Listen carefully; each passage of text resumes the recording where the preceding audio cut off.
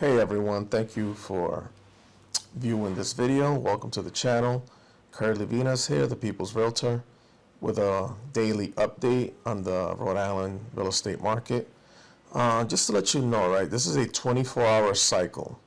So whatever numbers you see here, I'm going to base it on a 24-hour cycle. Now, let's check out cross property, which is basically all the properties, including land and all that stuff. Rentals, singles, multis, condos.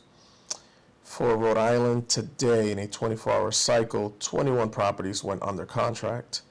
3 came back on the market. See, coming soon, 12 listings.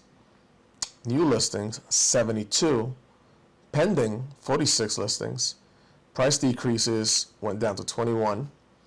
Price increases, 11. Naturally, that would be a little less than that.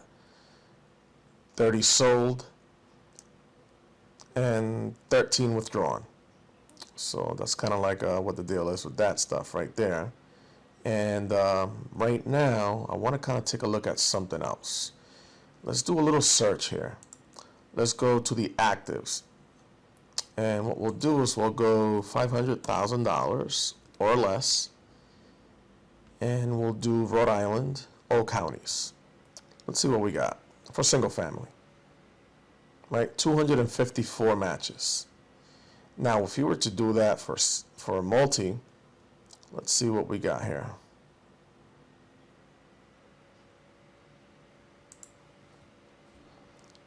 Let's do active, and let's not even put a price on it. Let's just leave all prices, but definitely all of Rhode Island, and it's a multi-family. We have 98 properties, people. That is not that many for a whole entire state. That is extremely low. So I believe that in the spring, as it naturally happens, inventory kind of comes up a little bit. So let's take a look at some inventory. And we got here a 3-year graph, just so that you guys can see how this thing kind of works a little bit, right? So if we start here in February 2020, we already know that, COVID was sort of like pretty crazy in those times. But if you look, inventory sort of March, where it typically goes up during the spring, it sort of took a little bit of a dip because we were all trying to figure out what was going on. A lot of rules in place for real estate agents. And in general, the way open houses were conducted, the way showings were conducted. So inventory did come up. But right after April, inventory went down, but right after April, you start noticing that interest rates were kind of low. And so there were a lot of buyers coming into the market, and sellers were getting a lot more money for their properties than previous. So you start seeing inventory come up, right? July 2020 kind of maintained. Even through September, it was a pretty crazy market. October. Now, as the cold months start coming in, you start seeing that dip.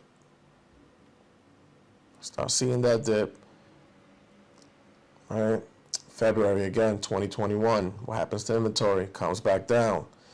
As the warmer months sort of creep in, you start seeing inventory come up a little bit. Right? A little bit come up, coming up, May, coming up, June, July. It's at its highest peak in August. Then we start sort of tapering off slightly, coming down as the colder months start coming back in. You start seeing supply again coming back down. We're in February again. But notice this is actually lower than the previous February. So we've been sort of losing inventory as the years kind of come by. But this is a natural cycle, the year-to-year cycle. So again, look at this. March, inventory comes up. April comes up slightly higher. Going into May, even higher. Going into June, even higher. And so July, start tapering off little by little. August, September 2022, October 2022, November, you start seeing the decline. Now, as you see March coming in April, I expect this graph to sort of kind of like go like this. So we will be seeing inventory come up maybe slightly lower than it was in previous years, but you know, it's there and it will happen. I say happens every year. Let's take a look at 30-year fixed mortgage rates as of today. We're looking at 6.75 for the day, and you know, it's not the lowest that I've seen. I've definitely seen lower than that. We all have, but it's definitely not the highest. You go here, you know, you're looking at 7.37. That was back in December of, let's see, 7.30. That was in November 3rd, 2022.